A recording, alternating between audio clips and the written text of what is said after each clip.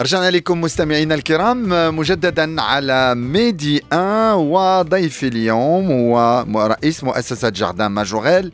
اليوم جاردان ماجوريل تحتفلوا ب 100 سنة على الإنشاء ديالهم. هاد 100 سنة أحد أجمل المعالم التاريخية بمدينة مراكش وأكثرها شهرة وتاريخا. هذا المكان منذ النشأة ديالو في 1924 هو رمز للإبداع الفني والجمال الطبيعي والتنوع الثقافي.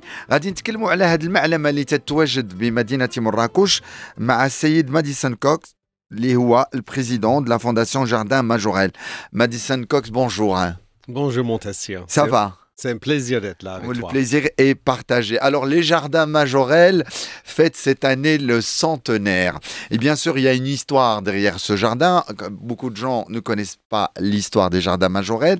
Mais on va commencer par la fin. Là, vous venez de donner un grand concert à la plage Jemaa El Fna où vous avez choisi des artistes marocains pour fêter avec les Marrakchis et les gens. Pourquoi fêter le centenaire, pas dans les jardins, mais dans une autre place emblématique de Marrakech? Écoutez, c'était très simple. On voulait surtout fêter avec tous les Marrakchis. Le jardin Majorel, qui a une superficie plus que 3000 mètres carrés, ne peut pas tenir plus que peut-être 3000 personnes à la fois. Et là, vous avez battu le record, 70 000 personnes. Et donc voilà, nous avons eu 70 000 personnes dans la grande place de Marrakech, qui est quand même le cœur de la ville, et qui surtout un concert qui était gratuit, ouvert à tout le monde. Et donc, c'était essentiel de fêter ces centenaires, cet anniversaire emblématique, en pouvoir de recevoir le plus des Marrakchis possible et de toucher les Marrakchis parce qu'on est quand même une institution, bien sûr, marocaine, mais bien sûr, tout à fait, et surtout Marrakchi. Oui, et vous dites toujours quand vous parlez, soit avec la presse, soit avec les gens, soit au musée Yves Saint Laurent, soit au musée Berbère, à Mazir, soit dans les jardins, vous vous adressez toujours pour dire c'est votre patrimoine, c'est votre histoire. Pourquoi ce discours, Madison Cox? Parce que c'est vrai, c'est le vôtre. C'était peut-être créé par un Français, un peintre orientaliste au début du XXe siècle. C'est vrai que c'était peut-être sauvegardé par Yves Saint Laurent et Pierre Berger en 1980. C'est vrai que je suis même américain, mais c'est surtout que c'est un patrimoine qui est le vôtre, qui est marocain. Et c'est important aussi que le Maroc et que les Marocains et les Marrakchis participent à tout ce dialogue et pour embellir cette culture, ce patrimoine. Donc, quand je parle toujours, c'est ni moi, ni c'est nous. Et je trouve ça très important. Notre équipe de plus que 200 personnes sont composées des Marocains, des jeunes Marocains et Marocaines. Et certaines qui nous sont volées pour d'autres institutions culturelles qui sont formidables. Ça fait aussi partie de notre destin, c'est d'aider la formation, que ce soit dans les départements botaniques, que ce soit dans les départements muséals, que ce soit dans les départements administratifs, même culturels, ou même, je dirais, même mercantiles, qu'on forme des jeunes pour aussi pouvoir aussi aller plus loin, parce qu'il y a beaucoup d'autres institutions qui sont créées depuis peu d'années ici au Maroc, et je parle surtout de la Fondation des musées du Maroc, qui a ouvert des multitudes de musées au Maroc. Prends le cas de Tanger, par exemple. Il y a 4 nouveaux musées. C'est remarquable, c'est formidable. Tous ces musées ont besoin des équipes, etc. Donc, l'entretien, il y a beaucoup de choses. Et le côté créatif, le côté administratif, le côté muséal. Donc, c'est merveilleux ce qui se passe. Je suis émerveillé tous les jours par ce qui se passe dans ce royaume, dans ce pays, sur ce plan-là. Donc, quand je parle que Majorel n'est pas une institution ni française ni américaine, comme moi, que je suis même nationalité citoyen américain, c'est vraiment une institution marocaine. Et c'est d'ailleurs la Fondation Jardin Majorel est une institution marocaine Même dans le conseil d'administration, il y a des Marocains. Bien sûr, c'est surtout, absolument. Voilà.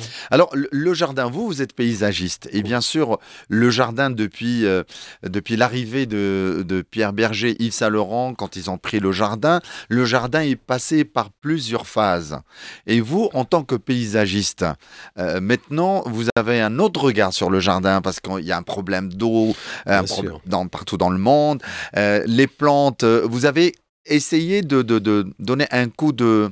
je vais vous raconter une petite histoire qui est assez drôle parce qu'à la fin des années 90, 2000, en fait, les fins des années 90, Yves Saint-Laurent et Pierre Berger m'ont appelé, moi j'étais à New York, ils m'ont appelé en disant Madison, est-ce que tu peux venir à Marrakech nous donner les idées pour embellir ou pour pas rectifier, c'est juste pour embellir le jardin. Et à l'époque, il y avait le jardin public que nous connaissons comme le jardin Majorelle et il y avait le côté jardin privé.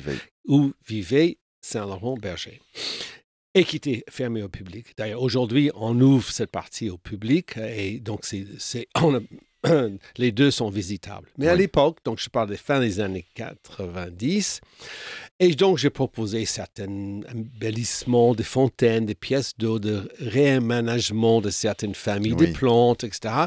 et de l'élimination du gazon. D'accord, parce qu'il y avait des gazons. Tout ce que tu connais aujourd'hui qui était en minéral ou en gravette était des zones gazonnées. Et donc, je présente tous ces divers projets, des pergolas, l'agrandissement des collections de plantes, etc., des fontaines, l'édition des fontaines, etc. Et quand je parle de gazon, silence total devant moi.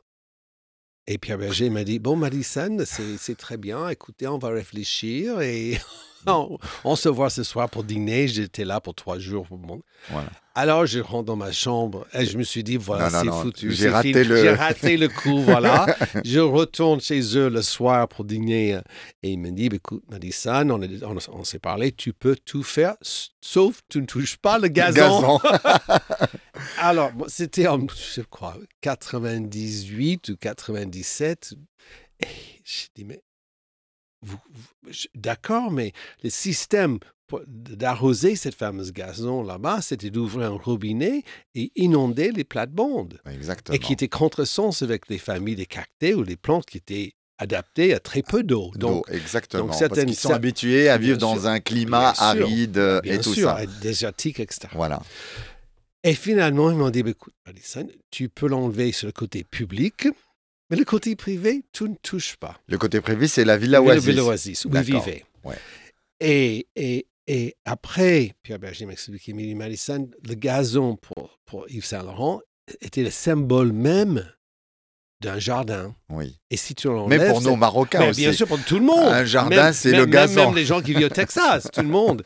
Et je dis, mais je pense que si c'est un jardin qui est ouvert au public, vous jouez un rôle aussi qui est important, qui a un sens pédagogique. Exactement. Il faut sensibiliser les gens. Oui. Ensuite, tout ça, c'était très difficile de convaincre les jardiniers, parce que pour eux aussi, c'était un symbole de prestige de travailler dans un lieu. Donc finalement, 20 ans, ou même pas 25 ans plus tard, nous sommes confrontés avec un grave problème et on est obligé de s'adapter. Plus récemment, à cette époque-là, j'ai planté beaucoup plus des zones en bambou pour filtrer la ville qui agrandissait à une rapidité tout autour du jardin Majorelle. Et on plantait les bambous pour faire un écran entre le jardin et ces immeubles qui sont construits juste en face, partout, tout autour. Aujourd'hui, on est en train de... En fait, durant Covid, quand nous avons été obligés de fermer, comme toute institution au Maroc, on était obligés de fermer. Les jardiniers ont continué parce qu'il fallait continuer à entretenir le jardin. Et donc, on a pris des décisions assez radicales à cette époque-là parce qu'on est ouvert tous les jours. Hein. Et donc, pour faire les gros travaux, c'est quasiment impossible parce qu'on reçoit les gens tous les jours. Et donc, durant cette période de Covid et fermeture, on a utilisé ce moment d'enlever beaucoup de bambou parce que ça bouffe énormément d'eau pour élargir les collections des plantes arides, comme tu dis, les plantes adaptées à ces climats. Alors, l'histoire, parce que c'est un peu incroyable. On connaît que la ville Marrakech, c'est la ville rouge, la ville ocre. Et quand on arrive dans le jardin, on voit une maison tout en bleu. Majorel, c'était un rebelle. Écoutez, Pourquoi ils ont laissé faire ce bleu ça, c'est très intéressant parce qu'en fait, tu sais, Général Léoté Oui. a mandaté à partir de, je ne sais pas exactement quelle année, 1912, 13, 15, que toutes les villes portuaires, donc toutes les villes sur la côte, devraient être peintes blanc. Toutes les villes dans l'intérieur devraient être peintes rose ou Oui, exactement. ocre. Et donc, quand Majorel est arrivé en 19 au Maroc, il a construit sa maison en 24. Donc il est venu parce qu'il était malade. Il était malade, il avait tuberculose et donc son père était un ami intime de Maréchal Léoté. Maréchal Léoté. D'accord. Et donc, Maréchal Léoté l'invite, disons, envoyez-moi votre fils, peut-être le climat du Maroc va l'aider. En fait, Majorel n'est jamais parti. Il est resté il est tombé amoureux de cette ville-là. Et lui et sa femme, il s'est marié avec une Française, ils sont venus s'installer là. Et donc, en 1929, donc 5 ans après sa maison, il a construit son atelier, qui est aujourd'hui le musée Pierre Berger des Arts Berbères. D'accord. Et à l'époque, en 29, il a construit ce bâtiment, son atelier, et il a peint tout ça blanc. Blanc, d'accord. Qui n'était pas du tout suivant les règles oui. Et donc, déjà, c'était un acte politique, si je puis dire. Oui. Parce que comme il était déjà en 29, une certaine célébrité, si je puis dire, de la ville, il était assez connu. Les autorités françaises de l'époque n'ont rien dit. Parce que ils ont fermé les yeux. Ils ont fermé Parce les qu'il yeux. était ami avec beaucoup de célébrités, comme Churchill qui venait tout le temps. Il venait peindre aussi dans son jardin et tout ça. Donc, Churchill venait tous les ans entre les deux guerres, la Première Guerre et la Deuxième Guerre mondiale. Tous les ans, passer plusieurs semaines à Marrakech, où il peignait les remparts de la ville, le jardin il y a d'ailleurs même un petit tableau, il a été vendu il y a 2 ans aux enchères. Oui. Et ça a coûté 3 millions, 4 millions $, une fortune. Voilà, c'est un petit truc comme ça. Et, donc le bleu, il est arrivé comment le bleu? Donc le bleu était également... C'est comme le bleu du logo de l'émission. Mine de rien, voilà. Exactement. On est dans la thématique. Vous êtes dans la thématique. Voilà, le zlige et le bleu. C'est le bleu est partout, figure-toi. Même assis là, même partout. Mais, et même Chef Shawan. Il est peint ça dans les années 40. Et ça a dû être également aussi un certain acte rebelle, si tu veux dire. Parce que je pense que déjà en 29, il était complètement intégré dans la culture et le patrimoine du Maroc. Il a pu, grâce à cette entrée par l'ami de son père, il a eu une laissez-passer par Léoté qui pouvait voyager dans tout le Maroc, qui était d'ailleurs certains endroits qui étaient fermés aux Occidentaux. Oui. C'est pour ça qu'il avait carte blanche. Il avait carte blanche, il avait laissé passer vraiment d'aller dans les divers hauts atlas, de moyen atlas, de peindre ou des tribus berbères, entre autres. Et donc, je pense qu'il était complètement imprégné sur cette identité marocaine aussi. Oui.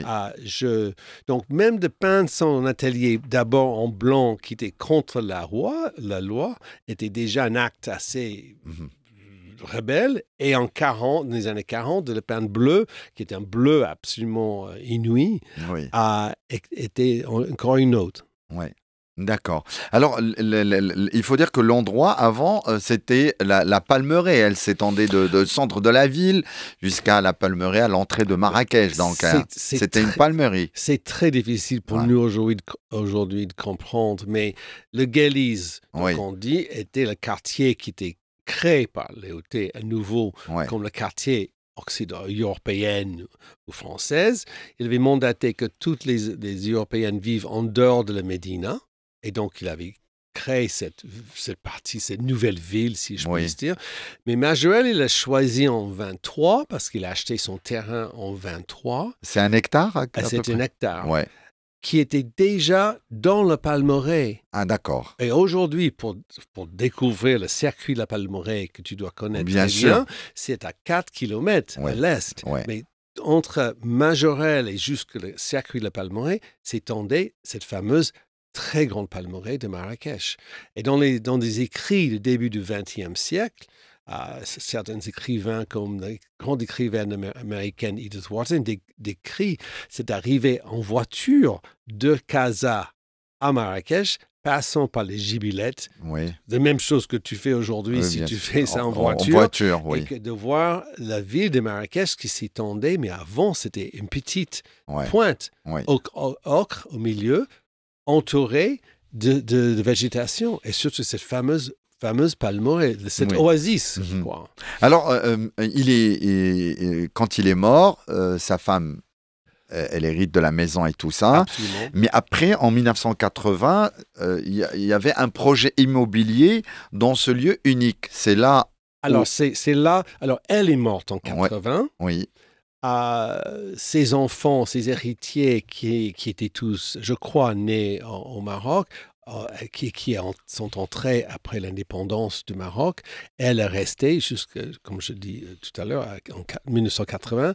Elle est morte et tout de suite, la famille l'a vendue à un groupe immobilier marocain qui voulait, qui a déposé un permis de démolition pour faire des lotissements. Mais ils ont acheté. Et ils ont acheté. Ils ont payé. Et ils ont payé. Peut-être. Mais après, il y a eu. Alors, il y a une histoire là. L'histoire est absolument très émouvante. C'est Pierre Berger, Yves Saint-Laurent, avec leur grand ami Mustapha Zine, Oui. qui fait partie de sûr, le conseil notaire, d'administration bien sûr. actuel de Fondation Jardin Majorelle, qui est un homme extrêmement distingué et que j'apprécie énormément. Ils ont plaidé au feu Hassan II, Sa Majesté, qui a dit c'est une zone verte. Il a nommé ce lieu en zone verte. Bon, il l'a dit comme ça verbalement, donc c'était pas écrit, mais il a dit que voilà, il faut laisser que c'est une zone verte. Les paroles de Sa Majesté, voilà. c'est comme si c'est écrit. Si c'est écrit. Et il a dit, je déclare, c'est une zone verte. D'accord. Et c'est là. Et c'est là que, donc c'était plus impossible de faire d'abord démolition, mais surtout de construction et de construire, faire des lotissements sur ces terrains. Et donc, la suite, c'est que Pierre Berger et Yves Saint-Laurent ont pu racheter le terrain pour le sauvegarder. Voilà. Et ils ont continué de laisser le jardin ouvert au public, car c'est Majorelle qui a ouvert son jardin au public payant depuis les années 40. Donc, et Yves Saint-Laurent apprécie de séjourner au Maroc avec Pierre Berger. C'était pour lui une source d'inspiration pour ses créations, pour ses défilés. Oh, mais complètement. Le Maroc. C'est peut-être difficile d'imaginer, mais Yves Saint-Laurent, c'était quelqu'un qui n'aimait pas du tout le voyage. Et surtout aujourd'hui, on voyage, où on a la possibilité de voyager du monde entier. Voilà. On a été en jet privé ou en courrier. Jet for you, tout. Et tout le monde, c'est comme une deuxième nature, c'est de voyager, de bouger partout. Et lui, il n'aimait pas vraiment ça. Et ce qu'il venait, il venait minimum 2-3 fois par an à Marrakech, où c'est un homme qui n'arrivait jamais à juste se détendre complètement. Il travaillait constamment. Et donc, il dessinait presque toutes ses collections à Marrakech. Donc, il venait 2 fois par an. Minimum 2 fois par an. Minimum. Et là où il préparait toutes les esquisses. Ouais. Et il rentrait des fois avec les centaines et centaines de dessins à sa maison de couture qui est à Paris, qui est aujourd'hui un musée. Et donc, pas seulement c'était un lieu d'inspiration, parce que c'était un lieu d'inspiration sur plusieurs niveaux, que ce soit, il a dit à plusieurs reprises, c'est au Maroc qu'il a compris l'importance des couleurs, par exemple. Alors, ça a l'air d'être absolument... farfelu peut-être dans un sens, mais il faut imaginer, mettre ça dans le contexte. Il y a les associations de couleurs, qui est l'association même dans l'architecture, dans les éliges, dans cette patrimoine qui est unique au Maroc. Mm-hmm. Ensuite, même dans les habits, les habits traditionnels marocains, mm-hmm. il a découvert des sources inouïes avec les tarbouches, les babouches, les slams, tout. Les caftons, et les passementeries, les façons de broderie, tout ça, il a pris inspiration toute sa vie créative depuis 66, parce que c'est en 1966. Donc le Maroc, il a joué un rôle. Ouais. Il est venu pour la première fois avec Pierre Berger et quelques amis en 1966. Et ils ont passé quelques jours dans un hôtel à Marrakech. Et après, ils ont acheté une petite riade. Non, mais la chose la plus drôle, c'est que pendant 3 jours, il pleuvait. Donc, des cordes. Et alors, tout le monde se grognait dans le lobby de l'hôtel parce qu'il faisait très mauvais. Et les villes, bon, il y avait quelques rues, mais il y a beaucoup de rues avec les terres battues. Donc, c'est devenu la boue. Et le 4e jour, du soleil. Ciel bleu, Atlas couvert de la neige sublime. Ils ont descendu, le concierge ont demandé est-ce qu'il n'y a pas un agent immobilier, on voudrait acheter quelque chose. Mais ils avaient très peu de moyens. Mais à l'époque, il n'y avait pas d'agent immobilier. Non, il n'y avait pas. 66, non, il n'y avait pas. Peut-être qu'il y avait 2 ou 3. Non, donc il n'y avait pas l'Internet non plus. Donc le concierge dit, écoutez, je crois qu'il y a une petite riad qui est dans le Médina, qui s'appelle Dar el-Hanch, qu'ils ont acheté près de Bab Doukala, mais qui était très, très, très modeste. Oui. Et ils étaient très heureux là, une dizaine d'années. Après, ils voulaient un jardin. Et donc, ils ont racheté une maison qui était voisin à Jardin Majorelle. Et c'est comme ça qu'ils allaient presque tous les jours parce que c'était leur voisin à Madame Majorelle, les Majorelle. D'accord. Madame Majorelle. Donc, pour lui, c'était d'abord un jardin, c'était comme un chef-d'œuvre, c'était un havre de paix, c'était un lieu d'inspiration. Et c'est devenu aussi pour les milliers de visiteurs, parce que vous avez à peu près 4000 visiteurs par jour. On est maximum. Donc vous êtes 4000. Victime de votre succès. Oui, on est victime de notre succès, mais tu sais maintenant, comme beaucoup des fois les gens se plaignent, on fait maintenant tous ces visites sur réservation sur des jauges avec les jauges de demi-heure, parce que ça devenait presque insupportable et ça avait un contresens vis-à-vis le public. Les plantes souffraient énormément. Et je dois dire surtout à notre équipe, parce que c'est très difficile de gérer les gens quand ils sont tous serrés comme des sardines. Exactement. Et toute la journée. Et donc, on a beaucoup réfléchi, on a beaucoup travaillé. Et depuis maintenant presque 2 ans, on travaille sur ce système que je sais, ça n'arrange pas tout le monde parce que pas tout le monde sait exactement, mais on applique les mêmes systèmes que d'autres musées dans le monde entier font post-Covid. Même la vente en ligne aussi. Et la vente en ligne, absolument. Et on a aussi, voilà. Oui. Et donc, le jardin, il y a 4000 personnes par jour. Qui vient ?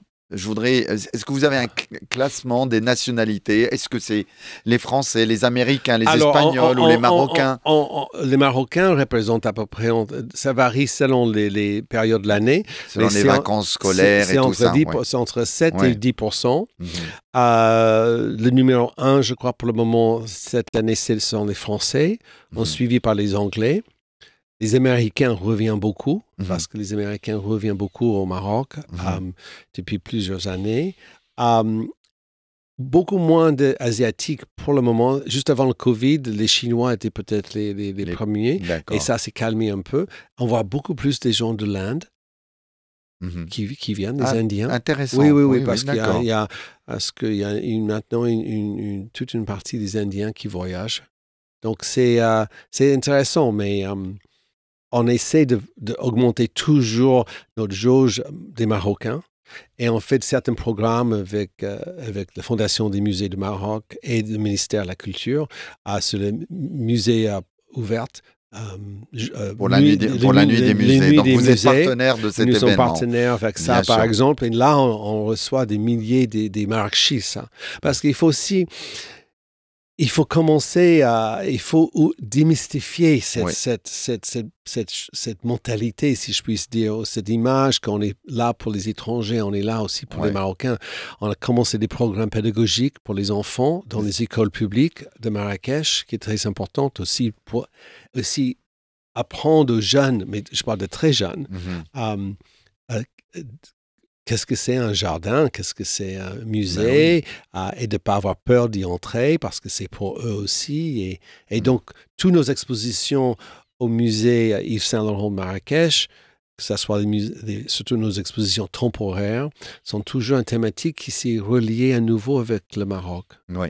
Et ça, c'est aussi important de valoriser cette culture qui est si vaste et si riche D'accord. marocaine. Ce que vous faites avec la fondation, c'est que vous soutenez, vous encouragez des activités, des initiatives culturelles, scientifiques, dans bien sûr le respect des lois, les institutions Bien et sûr. traditions du Royaume du Maroc. Et même pour l'entrée, il y a un prix pour les Marocains et résidents et un prix pour les touristes. Des étrangers, Voilà. absolument. Oui. On applique et on est très ferme là-dessus, et c'est aussi appliqué à d'autres institutions culturelles au Maroc, et je trouve ça tout à fait normal. Mhm.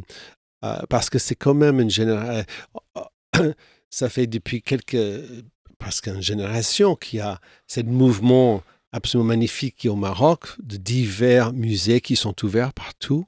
Beaucoup grâce à la Fondation des musées de Maroc et les initiatives de Sa Majesté, et présidé par Mehdi Kourbi. Je trouve ça formidable, tout ce qui se passe. Et donc, on a deux prix, un prix pour les étrangers Mhm. et un prix pour les Marocains.